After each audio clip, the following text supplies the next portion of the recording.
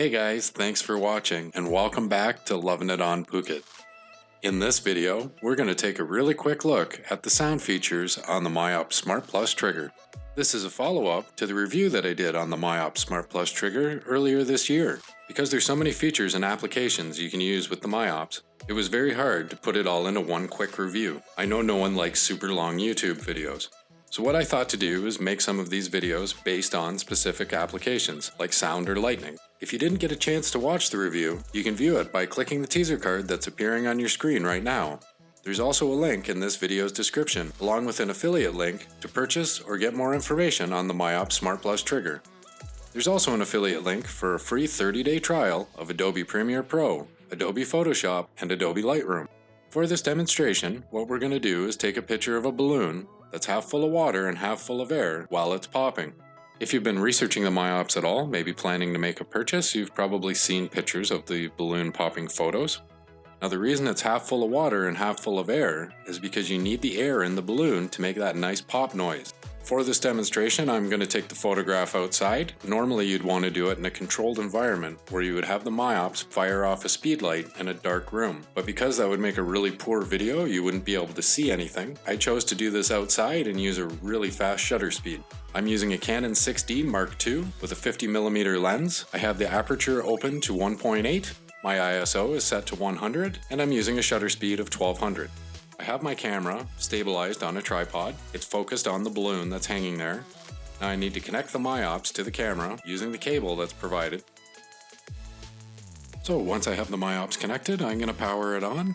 That just takes a moment. And I'm going to switch it over to sound mode.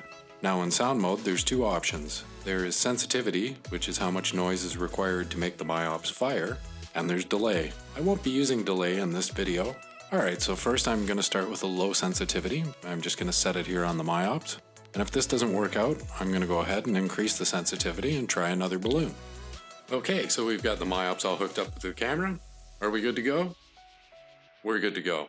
Alright, now it's time to pop that balloon.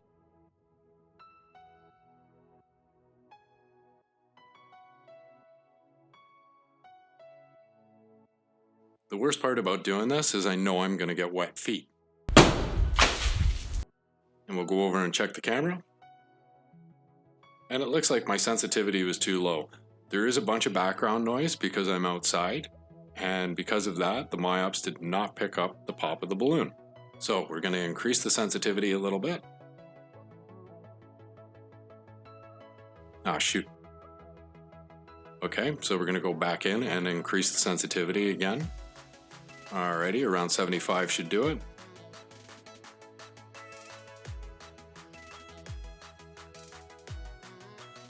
And I'm going to grab my poking knife and we'll go back over to the balloon.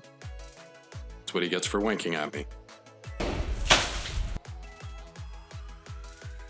Alright, so if we go check the camera, there we have a picture of the balloon popping in the air. As you can see, the MIOPS works quite well when taking a photo if there's some form of noise. You just have to have the sensitivity set correctly and your camera focused on whatever it is you want to take the picture of. There's a wide range of real-world applications you could use this for, from breaking an object or a glass or hitting something like a baseball. Really, it's a matter of what your creativity level is and what you wanted to take a photograph of. That's the nice thing about the MIOPS. It allows you to be a little bit more creative with things that you're doing. I do highly recommend it. It's a great piece of gear to have in your kit. It's very small, easy to take with you, and you never know when you might use it. If you'd like to purchase or get more information on the MIOPS Smart trigger, you can find an affiliate link in this video's description. Thanks for watching Lovin' It on Phuket. Don't forget to like, subscribe, and enable notifications so you'll know when the next video is posted. In the meantime, check out some of these other great videos from Phuket, Thailand, Southeast Asia, and beyond.